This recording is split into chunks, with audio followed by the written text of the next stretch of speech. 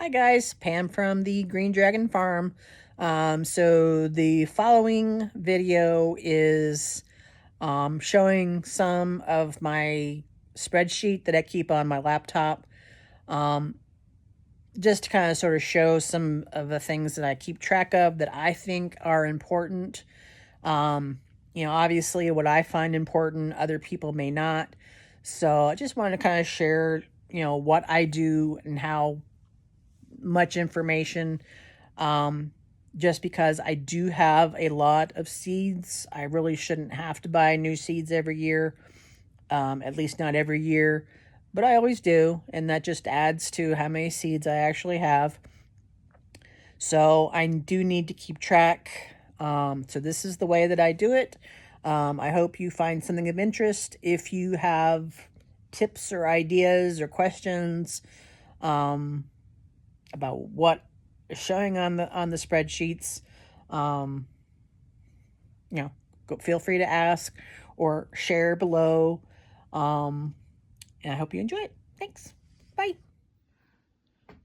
Okay, guys, so here is an example of the spreadsheet that I have. So this is on my Mac laptop, and this is the Windows Excel version for Mac called Numbers. So anyone that has a Mac. So you can do any of these pretty much equally. And this is just a very simplistic spreadsheet. Across the top, I've got these kind of split up. I started doing this back in 2023. And so I just kind of keep them on there as long as I think. This is the page that I have for certain varieties. If I'm on YouTube, I'm listening to another YouTube content creator talking about the different varieties of, say, tomatoes or beans or, anything. Flowers, I've also got one for flowers. So if I ever see it, what I'll basically do is I'll put it down on here. And then when I start going through the different websites online, or if I get seed catalogs or anything like that, I'll go through and see if they have those varieties. So up here, very simply, bush beans. There's a variety called Contender that if I decide I want to get back into doing beans again, I may look up and see. So far I've got Baker Creek has them, Haas Seeds has them, and Berlin Seeds has them. And they're all available online. Berlin Seeds, if you look them up, they have an online presence, but as far as I can tell, you either fill out the order form and mail it in with either credit card information or a check or something like that. I haven't gotten that far with them. And then what I'll do is, for comparison's sake, I kind of sort of go through and note who may have the best price. So Baker Creek, you can get about 40 seeds for about $3.25. Haas has 150 of them for about $4. And then Berlin Seeds, the winner so far, 500 seeds for, $3.20, which kind of makes sense. Then I go in and I go make sure that I notate the days of maturation, which this is a little confusing because Baker Creek says it takes 50 days. Haas says it takes 55, and Berlin Seed says it takes 44. So I just extrapolate and say, okay, it's going to take 6 or 7 weeks. Not really the biggest thing, but it's kind of important kind of thing. And if I have any notes, like this, these are beets. I finally figured out how to grow beets, but I harvested my beets, I roasted them, and took a bite, and they tasted like dirt to me. So I was like, okay, either I'm doing something wrong, and so again, listening to other people on YouTube who garden, a lot of them are saying, if you don't like the taste of regular red beets, try a golden beet. So there's two that I want to try again, should I decide I want to go back into beets. The touchstone variety, which is the golden type, and then there's a variety called avalanche, that's a white variety. So I'll just kind of keep an eye on them and see which kind I like, and as I see them. So I've got some shelling. I was gonna start getting into the shelling beans, but somebody told me, or I read somewhere, that it takes at least 40 plants to harvest about a pound of shelling beans, like the black beans, like the black turtle beans, kidney beans, those kinds of things. And then I go to the grocery store and I see, yeah, I can pretty much buy a bag of, a pound bag of any of these kinds of beans, for $2 or $3. Why should I take up all of my garden space for shelling beans? Plus, being as high humidity as it is usually around here, it takes a really long time to get these beans dried out so that you can store them on the shelf rather than freezing them or anything like that. So, should I ever get, like, unlimited gardening space and plenty of raised beds and in-ground gardening and things like that, I'll just keep it on track. So I just kind of keep a thing going with all the things, the different kinds of broccolis, Brussels sprouts, bunching onions, cabbage, Chinese cabbage, or Napa cabbage, carrots, celery, blah, blah, blah, blah. And it goes on. There's a big thing. And every once in a while I go through here, and, if I did actually get those seeds, I need to make sure that I take it off the want list and just put it on the table. That's the varieties that I do have. So these are all the seeds, vegetable seeds that I currently have. I really don't need to be buying any more seeds, but I do. And so information that I put on here is obviously the type of vegetable, the variety, year that I bought the seeds, where I got the seeds from, do I need any more? Then I've got some like seed planting information, like the optimal temperature for germination, how many days it usually takes for germination. Once I get a plant, how long is it going to take once the seed germinates, or once I put the plant out in the garden, how many days can I expect to be able to harvest? When can I start the seeds, outside or inside? More notes. And then just kind of for the veggies, if I have the information, kind of how long the seeds will last, in storage before I have to go looking for a new variety. And then the notes, like the tomatoes that I have notes of what kinds of tomato they are. So I know, I'm doing okay with slicers. I'm doing okay with, don't quite have enough paste tomatoes, but we'll see what we do. So that's it. I have so many tomatoes that I want to try that I gave it its own little spreadsheet. Kind of the same deal, where you find it. Little notes on, are they good for hotter temperatures? Are they more heirloomy? Are they determinate? Are they indeterminate? Are they disease resistant? How many days to maturity?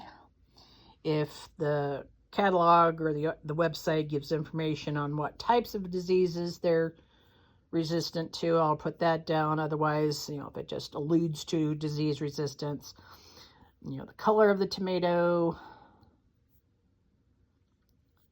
So you can pretty much do what you want. We've got the seed wish list. So if there's something specifically that I want, and I know I see it on a certain website. So here's all my picks for Baker Creek, Botanical Interests, Bounty Hunter Seeds, Burpee, Fedco, Fruition. Now there is some overlap on these things.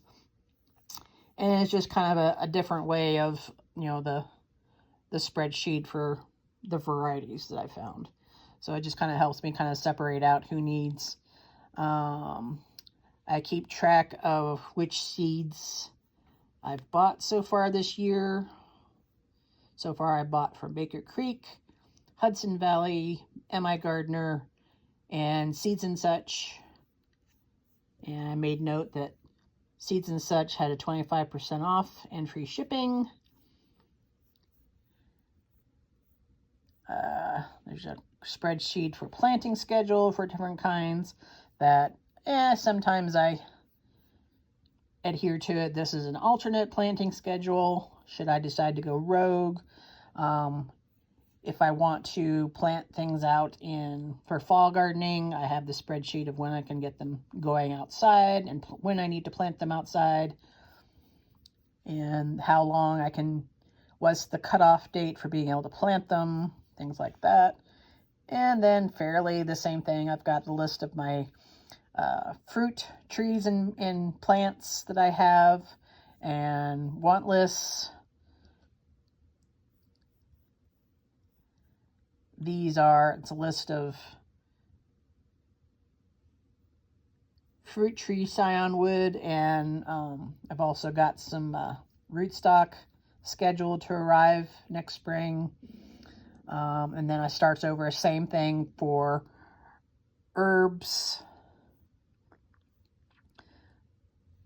the plants that I've ordered or the seeds I've ordered so far for herbs, flower varieties.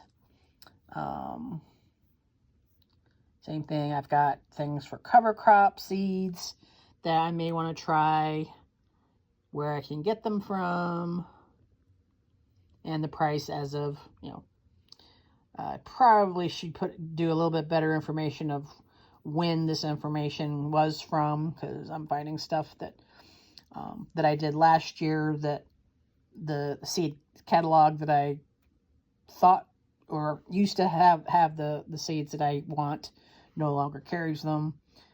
This is a list of cover crop seeds that I have currently that I need to use because, some of them I've had since 2022. And then I keep a spreadsheet of different websites that I don't necessarily get an actual catalog in the mail from. And I write down, what they specifically are. Like Swallowtail Garden Seeds, it's more of a small business than these big guys. So, down here, Goodwin Creek has lavender plants. Bounty Hunter does a lot of heirloom tomatoes.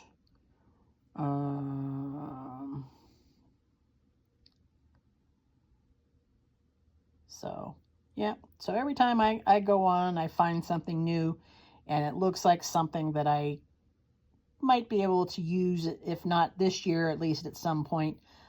This is the spreadsheet that I use. And you can use your own format. You can put in as much information. I mean, I have a lot of information that does overlap. All right, so that's basically what seed material I have. But I also need a spreadsheet for when I plant seeds.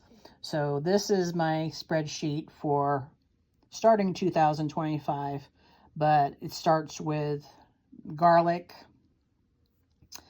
So I've got 5 different kinds of regular garlic. I've got 2 soft necks and 3 hard necks. And then there's elephant garlic, which, elephant garlic is more related to leeks, but I mean, it looks like garlic, so I'm just going to call it a garlic. Where I bought it from, I think, I didn't put that on here. Well, that's on the what I purchased kind of deal. The garlic The last 4 of these here I got from Am I Gardener, which I kind of like. One thing I really don't like about buying seed garlic online is I have purchased from a few different places. One place in particular, the garlic, I opened up the package as soon as I got it in the mail, and all the garlic was all moldy and rotting. And then the, they kind of had the cojones to say it was my problem, not theirs, until I said, hey, it's not my fault that somewhere along the lines they started molding. I opened the package as soon as I got it, and I finally just got it across to them that they needed to make good on, give me a refund. Of course, by that time, it was later on in the planting season, and I had to go to the grocery store and just buy garlic from the grocery store to plant, and chance of, having anything. So, yes, seed garlic can be a pain in the butt to find in the fall, early autumn. So a lot of people will basically just check every year, and hope that they get it in time, and, that everyone else doesn't have it on like speed connect kind of deal. But I was able to get onto Am I Gardener in time to get some of their garlic. Now, the one other things that, besides the fact that you take the chance of having, the garlic rot before it gets to you, is the fact that you have to buy. Some of them do have samplers, but it's like half a pound of this and a half a pound of that and half a pound of this. And before you know it, you're spending, $50 for seed garlic, which, yeah, makes sense. But if you don't like that particular kind of garlic, or it doesn't do well for you, so Am I Gardener, they have it so that you can buy one single bulb of garlic. I think it was like $3, $4 or something like that per head, per bulb, which compared to what you can do in the grocery store is way more, but it's a lot less than, $20, $25 to get a half pound other places. So I ended up, the Lourdes Italian and the Spanish Roja were seed that I had left over from the previous year, that I harvested in the summer of 2024. The other 4, Music, Ukrainian Red, the Elephant, and Nootka Rose, those are new to me. So we're going to see, we'll see if they do well. And you can see I planted them, some of them on the 13th of October, which is a little early for me. The others I planted on the 29th of October, which is about on par for me. And then made sure that I wrote down where exactly I planted them so that I could tell where they were. All right, so that's it so far for 2025, because I really haven't started anything. In January, I will start onions and leeks. But until then, that's, I put this in here just so I could kind of keep track of it. This was last year's planting list, and I did put the garlic down for 2024, even though I planted it in 23. So just continuing the thing. And then, see, I planted my onions. These were all inside. Some Napa cabbage, broccoli. And again, I put down as much information as I can. Did I direct seed out in the garden, or did I start them inside under grow lights? So I have the date that I started the seeds, when they actually germinated. So as you can see, most of the onion seeds planted on the 15th, most of them germinated, 4 or 5 days later, which is cool. And then when I up potted them, took them from the little 1-inch square seed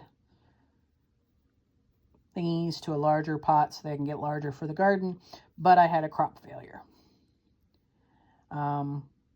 They just did not grow as well, and so I had to basically start over.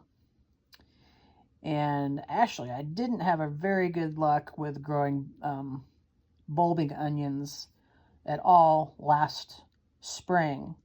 So what I ended up doing was going to Dixondale Farms website, and I bought some, it was their intermediate day onion sampler, which was, if I remember correctly, it was candy onion, which I do grow from seed, to the red candy, and I think it was Superstar, which is the white.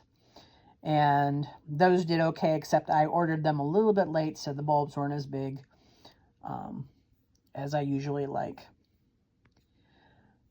So, and then that's it, just it. The variety, the type of veggies, the variety that I'm growing, when did they germinate? When did I, if they need to be put in a bigger pot before I can put them outside, and or, when do I transplant them outside? Do I have problems? So this would be the date that I harvested them. So if I didn't have if I put a dash over by where the translate tab is, then I had a failure. About how long does it take to mature? Any notes? Am I going to grow that variety again? And did I use all the seeds? Do I need to order some? So you can see some of it. Oh, there's some that I did.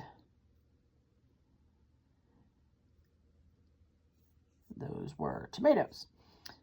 So, and then I can go put that on my list of things.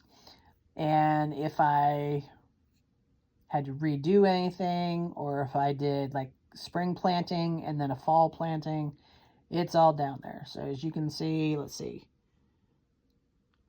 98. And I don't think I don't have any blank spaces. So that means 97 different plantings of varieties just of veggies last year. And I have the same thing for my flowers. I have the same thing for any herbs I may have planted. A lot of the herbs that I have are perennials. Trying to think. Basil is usually the only annual type herb that I plant year after year after year. I didn't plant parsley for some reason last year, so I do have seed for that. I am going to make sure I do plant some of those. But, that's just a quickie. Those are my spreadsheets for my garden. Do I need to be a little bit more on the ball with keeping the information up to date? Yes. It's a good thing to do, on a cold winter night when you can't do a whole lot of anything else. And it keeps me out of trouble. And then probably what I'm going to do is start with my 2023 pages, and then just go through and see if there's anything on there that I can't do without, and extrapolate them to something else. Otherwise, I can just heave-ho them. But make little notes to myself to stagger plantings. Nobody needs that much lettuce. So I've got 4 different kinds of leaf lettuce in 2023, and 5 different kinds of romaine lettuce. Nobody needs that much lettuce. So I do need to remind myself, hey, instead of planting, 40 odd plants of, different types of lettuce, maybe just do a 6-pack of 1 or 2 varieties, and then start another 6-pack of another 2 varieties, you know, for 2 or 3 weeks later, you don't eat that much lettuce, and you don't have guinea pigs or anything like that to eat it. So I have to remind myself. Otherwise, it's like all gung-ho. I want it now. I'm like Veruca Salt. I want it now. All right, guys. So I hope this inspires you to try your own spreadsheet. And remember, there's not you can't go wrong. If it makes sense to you, it makes sense to you. You know, doesn't have to make sense to anybody else. Mainly, I'm doing it just to kind of keep things straight. I used to do this kind of thing on, in a notebook on, you know, paper with a pen, but you get lost, you know, I forget where I put it. If I misplace an entire laptop, I'm having problems. But, you know, a pad of paper or a notebook or something like that. But, you know, if you are more organized than I am, put it on a piece of paper. Go for it. But, so I would never have remembered, you know, from 2023, you know, which was basically, you know, almost 2 years ago, that, you know, I planted, or I have these things. This asparagus seeds, sweet purple, that I bought from Pine Tree in 2018. You know, 2025, you know, are those seeds going to be any good? Don't know. Back when I was still planting beans, I had Mascot and Royal Burgundy, and then the purple pole beans. And it's also kind of fun to see, you know, which varieties and which seed catalogs I'm buying my seeds from, you know, and then go forward a couple of years and, you know, haven't purchased from things. You wonder why I didn't purchase from them anymore. Oh yeah, because their seed got really expensive, or they, you know, they don't have as many varieties that, you know, I want to try. I really like, so let's see, let's go to our tomato spreadsheet.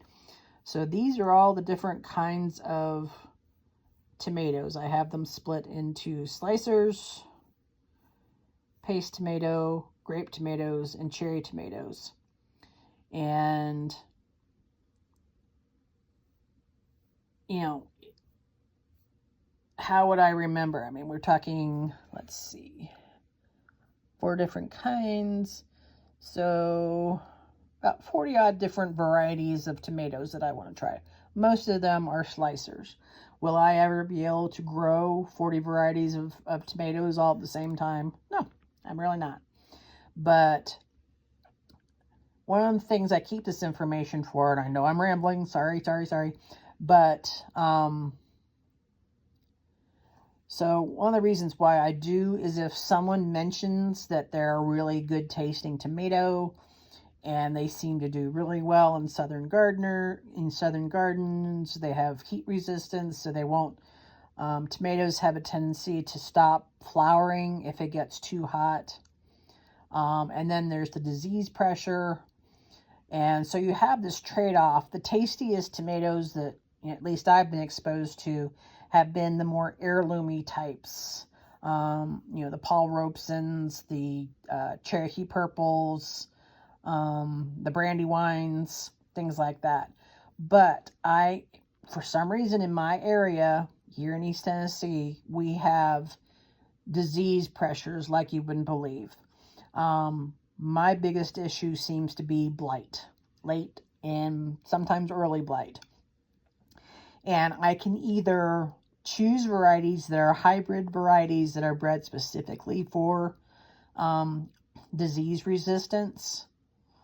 But when I do them, like the mountain varieties that are specifically bred for disease resistance, I tried a couple of those, and they weren't horrible, but they weren't the tastiest thing. So my current thing now is doing the heirloom crosses. So they take like Cherokee Purple or Brandywine. So you can see here there's Brandywine, and then there's a variety called Brandywise, which is a cross. Haven't been able to find that one yet. Someone mentioned it on a YouTube video. So I keep looking, and anyone knows where those seeds might be able to be found. Or maybe it's just not been released yet for public consumption. Don't know. But, so I really like those. Currently, my heirloom hybrid cross of my favorite one is called Purple Boy, which is a cross between Cherokee Purple and I'm guessing it's one of the boy type tomatoes, the burpy ones like Better Boy or Bigger Boy or something like that. Big Boy. So that's the one that I've been growing predominantly for the last several years. It still succumbs to disease. All my tomatoes, succumb eventually. I need to get more space, more raised beds, so that I can plant some tomatoes in, say, May, and then get some more started like July, August, so that I can have some more coming on for later on in the season. I am so envious of people who can keep a tomato plant going from, May until October. So envious. Doesn't matter what variety I plant, where I plant it, if I spray it with a fungicide, if I keep it fertilized so that it stays healthier longer. One thing I am going to try, and I've been saying it for quite a while, is I'm going to try shade cloth over my tomatoes, hopefully this summer. Because I get a lot of sun here. I don't really have a lot of anywhere. And so I think they do get a little heat stress and a little sun scald. So I'm going to give it a try. I'm going to try to at least do one bed that I do tomatoes in. It has worked really well for my peppers. I get a lot better, healthier plants of peppers than I do if I don't use the shade cloth. So we're going to try it with tomatoes too and see how they do. I may just have to put a geodesic dome over my entire garden space and just put a shade cloth over the top of it and keep the disease out, keep the bugs out. Wouldn't that be nice? But it won't happen. All right, guys, so I think I've rambled enough about spreadsheets. I hope it sparks a little bit of, hey, maybe I should try something like that kind of deal. If you have a system that works for you, write it down below in the comments. Obviously, just a quickie if you can. Or tips that everyone else can be shared with. So, all right. So, thanks, guys. Have a good one.